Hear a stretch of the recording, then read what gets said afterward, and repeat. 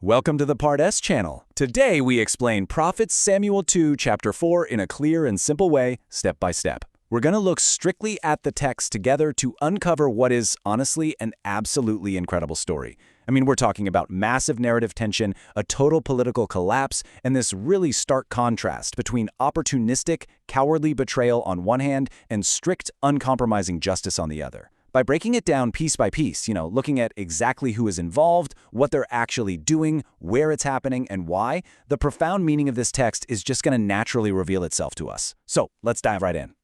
To thoroughly explore this text without getting lost, we're going to follow these 5 clear sections. First, the context of chapter 4. Second, the assassination of Ish-bosheth. Third, David's righteous royal judgment.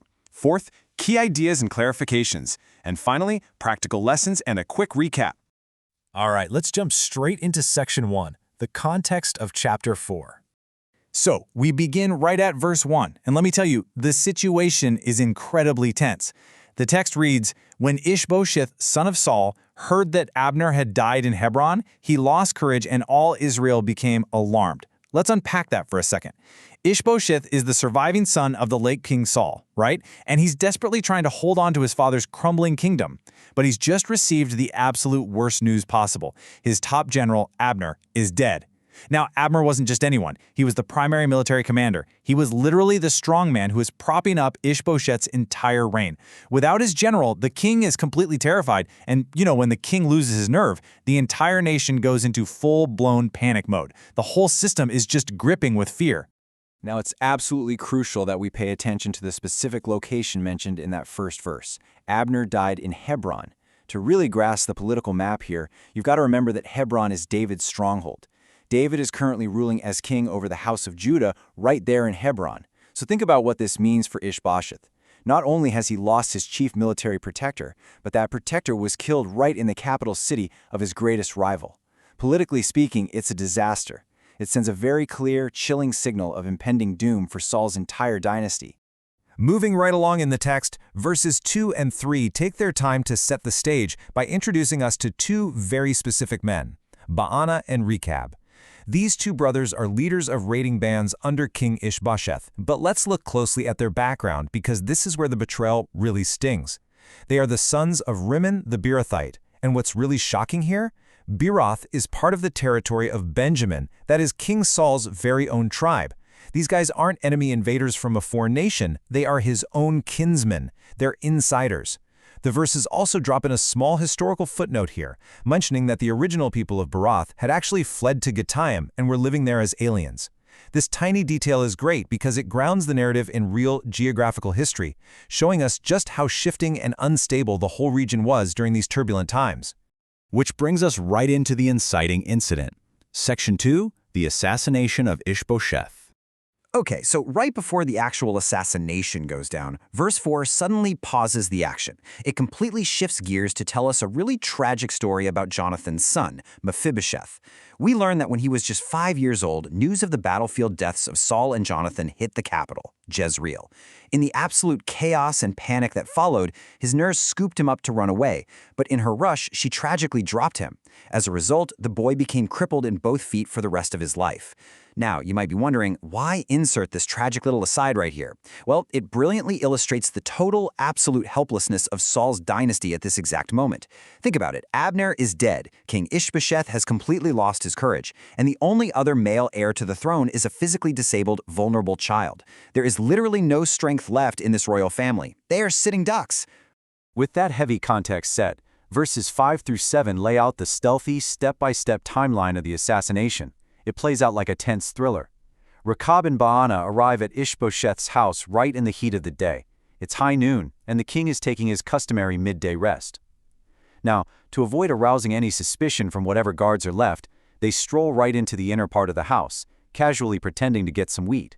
I mean, pretending to get wheat, it seems like such a normal, everyday domestic chore, right? But the betrayal is just staggering, because once they're inside, while their own king is lying completely defenseless on his bed, these trusted military men draw their weapons and stab him in the stomach. And then they take a gruesome prize. They actually cut off his head. The text repeats these details very deliberately to emphasize just how cowardly and intimate this murder truly was. So the terrible deed is done, and now they have to make their escape. The text tells us they travel all night, navigating their way through the Arabah. That's a deep, arid desert valley route, and they take it all the way down to Hebron to find David. And honestly, the irony here is just incredibly thick. These guys are traveling through the dark, carrying the severed head of their former king, entirely confident that David is going to reward them handsomely. In their twisted minds, they are heroes. They think they've just single-handedly won the war for David, and they're showing up expecting a royal parade. But, as we'll see in Section 3, David's righteous royal judgment, things do not go according to their plan. So the brothers finally arrive in Hebron, and they confidently present this grisly prize to David. Verse 8 records their exact pitch. They say, "Here is the head of Ish-bosheth, son of Saul, your enemy, who tried to take your life. This day the Lord has avenged my lord the king against Saul and his offspring." Now the disconnect here is just staggering. They're actually trying to wrap their treacherous political assassination in righteous religious language, essentially claiming, hey, God himself did this, and he used us to do it. But David, he sees right through the whole charade instantly. Instead of gratitude, his reaction is one of furious, uncompromising condemnation. Swearing by the Lord, David delivers this incredibly powerful gut punch of a verdict in verse 11. He makes it crystal clear that he does not view this as a convenient political victory. He views it as a wicked, cowardly murder, period. Look at his phrasing. He calls Ish-bosheth an innocent man. He points out that he was killed in his own house and on his own bed. David is deeply, fundamentally offended by the sheer treachery of it all. Ish-bosheth wasn't struck down on a battlefield in honorable face-to-face combat. He was slaughtered in his sleep by his own trusted men. David is drawing a hard line in the sand. Murder is murder, even if the victim happens to be your biggest political rival. And before he executes the sentence, David wants to make sure everyone knows this isn't just a sudden burst of emotion. In verse 10, he deliberately references precedent. He reminds them of his past actions back at Ziklag. Remember the man who came to him back then, claiming to have killed King Saul, totally expecting a massive reward for his quote-unquote good news? Well, David executed that man. It's truly remarkable to witness David's absolute moral consistency here. He flat out refuses to build his throne on the treacherous shedding of blood. He relies completely on God, who, as he specifically mentions in verse 9, has delivered him out of all trouble. He doesn't need, and he certainly will not accept the help of backstabbing assassins to gain power. The chapter reaches its solemn, heavy resolution in verse 12. David gives the order and his men execute Rechab and Baanah.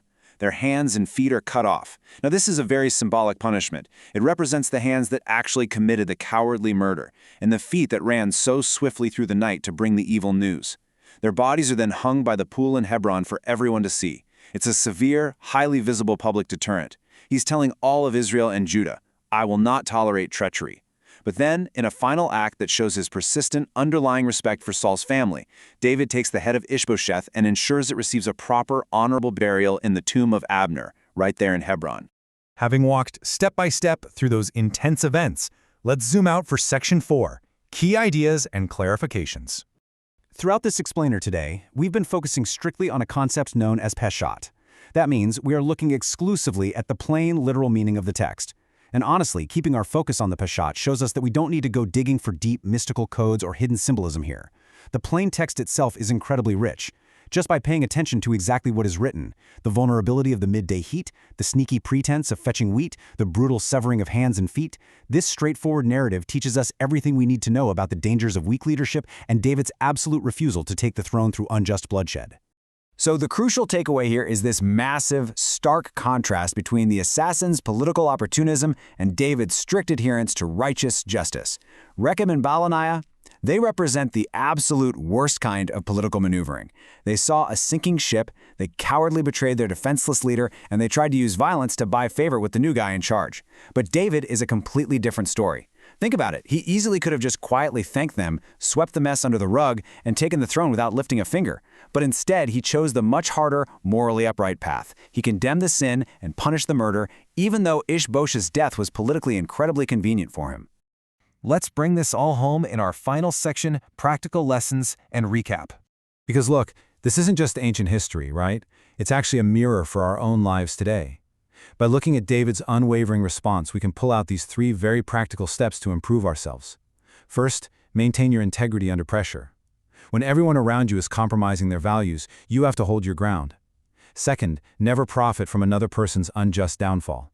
We simply shouldn't step on others or celebrate their unfair ruin just to elevate ourselves. And third, choose true justice over convenience. Doing the right thing often requires sacrificing an easy win, just like David did when he executed the very men who handed him his rival on a silver platter. True leadership means doing what's right, especially when a shortcut presents itself.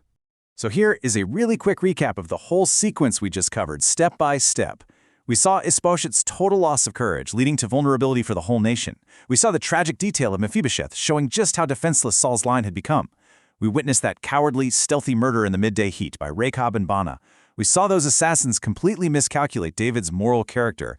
And finally, we watched a righteous king demand pure, uncompromising justice, executing the murderers and burying the victim with honor.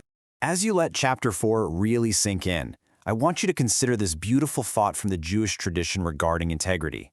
Ever shall a person be God-fearing in secret as in public, with truth in his heart as on his lips. Who you are in secret, whether you're like assassin sneaking into a quiet bedroom or a king making a judgment behind closed doors, that reveals your true character. Rechab and Baanah thought their dark, secret murder would bring them public glory. But true integrity means your private actions actually match your public professions. David lived this out perfectly here. His internal, absolute commitment to justice exactly matched his public execution of the law. So, I'll leave you with this question. When a shortcut to success presents itself in your own life, do you rely on your own moral compass, or do you just take the easy way out, no matter who gets hurt? Thank you for learning with us. If this helped you understand the chapter better, like, subscribe, and join us for the next chapter.